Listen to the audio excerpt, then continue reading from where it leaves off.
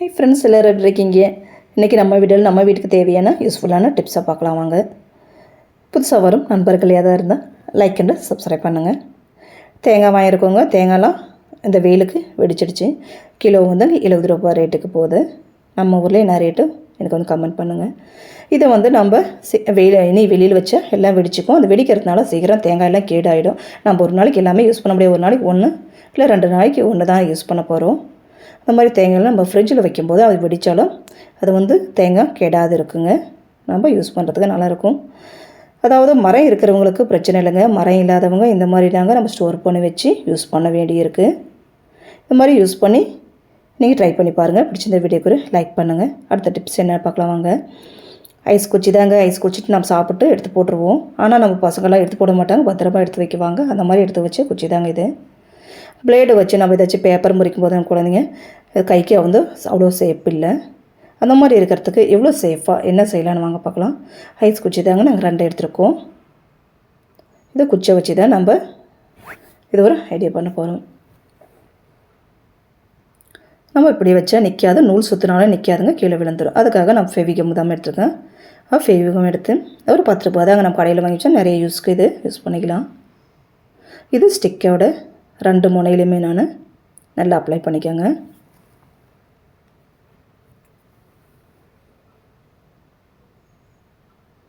Apply பண்ணிட்டு அதில் centre பாகத்தில் நம்ம பிளேடை வச்சுக்கலாம். நான் ஃபுல்லாகவே வைக்கிறேங்க. நீங்கள் ஒரு பீஸ் வேணும்னா உடைச்சிட்டு பகுதியை கூட வச்சுக்கலாம். இது நல்லா ப்ரெஸ் பண்ணி சென்டராக பார்த்து வைங்க. இனி இதுக்கு என்ன செய்யணும், இனி அடிபாகத்தை ஃப்ரீயாக இருக்கும். இதுக்காக தான் நம்ம அந்த அடிபாகத்துக்கும் ஃபுல்லாக நம்ம கம் போட்டு ஒட்டிக்கலாங்க. 2 சைடும் கம் போட்டு அப்ளை பண்ணால் நல்லா டைட்டாக பிடிச்சிக்கும். நம்ம யூஸ் பண்ணுறதுக்கு கத்தி மாதிரி இருக்குங்க. அப்ளை பண்ணிட்டு ஒரு 10 நிமிஷம் வச்சாவே நமக்கு நல்லா செட் ஆகிடும். இது நம்ம கையில் பிடிச்சி நம்ம பிளேட் கட் பண்ணுறதுக்கு நல்ல ஒரு சேஃபாக இருக்குங்க.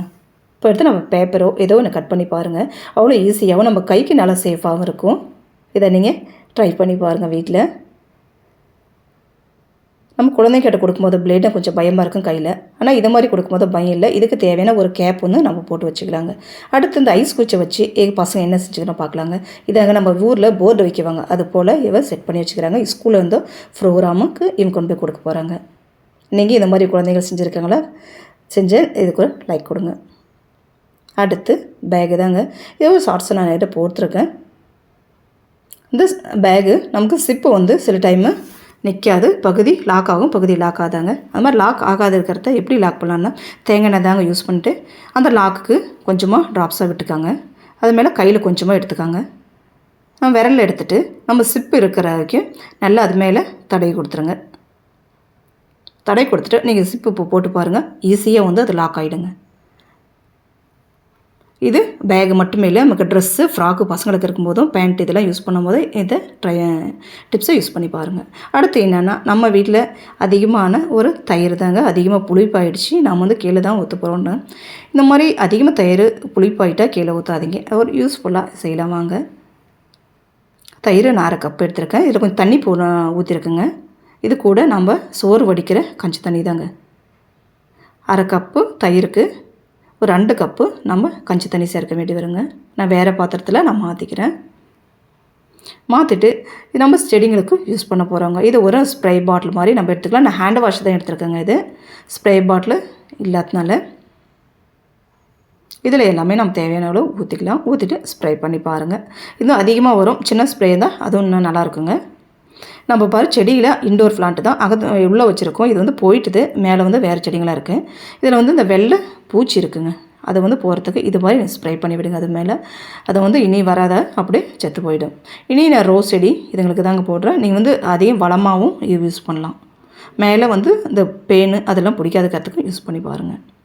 அடுத்த டிப் என்னென்னா நம்ம வீட்டில் யூஸ் பண்ணுற தலகாணி தாங்க. சீக்கிரமாகவே இது அழுக்காயிடும். எண்ணெய் வச்சு நம்ம படுக்கிறதுனால வேர்வை இருக்கிறதுனால கருப்பாயிடுங்க. இதை வந்து எப்படி நம்ம ஈஸியாக துவைச்சி எடுக்கலான்னு பார்க்கலாம். நான் 1/4 டப்பா தண்ணி எடுத்துருக்கேங்க. இதில் நம்ம வாஷிங் மிஷின் லிக்விட் எடுத்துருக்கேன். கொஞ்சமாக ஷாம்பு எடுத்துருக்கேங்க. ஷாம்பு வந்து ஆப்ஷனல் தான், நம்ம வாசனைக்காக. இது தேவைக்கிலோ 1 ஸ்பூன் போட்டுக்கோங்க. நான் டெட்டால் எடுத்துருக்கேங்க. இது நம்ம பாக்டீரியா கிருமிகளுக்கு ரொம்ப நல்லது. நம்ம துணி அலக்கும் போது எல்லாருக்குமே கண்டிப்பாக தெரியும். இது நம்ம டெட்டால் போடுறதுனால எந்த பேட் ஸ்மெல்லும் இல்லாத நல்லாயிருக்கும். இதை நல்லா கலந்து விட்டுக்கிட்டு நம்ம தலகாணியை அப்படியே நனைச்சிக்கிட்டாங்க. தண்ணியில் நனைக்கிறேங்கன்னு சொல்லிவிட்டு பயப்படாதீங்க. நீங்கள் நனைங்க. நீங்கள் எப்படி நீங்கள் ஃப்ரெஷ்ஷாக போடுறீங்களோ அதே மாதிரி நமக்கு துணி கிடைக்கும். 2 பக்கம் நனைச்சிக்கிட்டு இது தண்ணி நான் கொஞ்சமாக வச்சுருக்கேன். இதுக்கு மேலே நான் என்ன செய்ய போகிறேன்னா, இதுக்கு நம்ம சுட தண்ணி தாங்க பெட்டர். நம்ம சீக்கிரம் அழுக்கு போகணுன்னா சுட தண்ணி போட்டு நீங்கள் வாஷ் பண்ணி பாருங்கள். எல்லா துணியுமே நான் ஒயிட் துணிகளுக்கு சூப்பராக அழுக்கு போகுங்க. நான் சுட தண்ணி தாங்க கொண்டு வந்திருக்கேன். அதுதான் நாங்கள் அதை ஊற்றிக்கிறோம். அழுக்கு போகாத துணிகளுக்கு நீங்கள் சுட தண்ணி யூஸ் பண்ணி பாருங்கள். சீக்கிரமாகவே அழுக்கு போயிடும். இது தேங்காய் நாருங்க. நான் வீட்டிலே செஞ்சது. நம்ம பிளாஸ்டிக் நார் நம்ம கடையிலேருந்து வாங்குறத விட இந்த மாதிரி வாங்கி நீங்கள் தேய்ச்சி பாருங்கள். இது துணியே கிழியாது. காலருக்கெல்லாம் சில சட்டுங்களுக்கெல்லாம் காலர் சீக்கிரமாக போகிறதுக்கு அதான் காரணம். இதை போட்டு பாருங்கள். காலரும் போகாது. சீக்கிரமாக அழுக்கும் போயிடும். நம்ம கைக்கும் நல்லா சேஃபாக இருக்குங்க. இதை அலக்கி கொண்டு வெயிலில் உணர்த்திட்டோம். நான் வெயிலில் உணர்த்தும் போதும் பாருங்கள் கட்டி கட்டியாக ஆகிடும் அது பஞ்சிங்கெல்லாம். ஆனால் அது உணர்த்தி எடுத்து பாருங்கள். நல்லா நம்ம எப்படி எடுத்து வந்தோமோ அந்த மாதிரி ஆகிடும். பாருங்கள் நான் எப்படி கொண்டு போனால் அதே மாதிரி ஆகிடுச்சு. அழுக்கு மட்டும்தான் போயிருக்கு. நம்ம திரும்ப இதே மாதிரி அழுக்கு வராது இருக்கிறதுக்கு என்ன செய்யலான்னா, நம்ம யூஸ் பண்ணாத பனியன் இருக்குங்க இல்லையா, பனியன் ஆனாலும் சரி பசங்களோட ஃப்ராக்கு சின்ன சின்ன பனியனுங்களை எடுத்து நம்ம தலகாணியில் நீங்கள் போட்டு பாருங்கள். அது கை 2 உள்ளே விட்டுட்டு தலகாணி நம்ம போடும் போதும் சீக்கிரமாகவே 6 மாதம் ஆகிற அழுக்கு 1 வருஷம் ஆனாலும் நமக்கு தலகாணி அழுக்காகாமல் அப்படியே இருக்குங்க.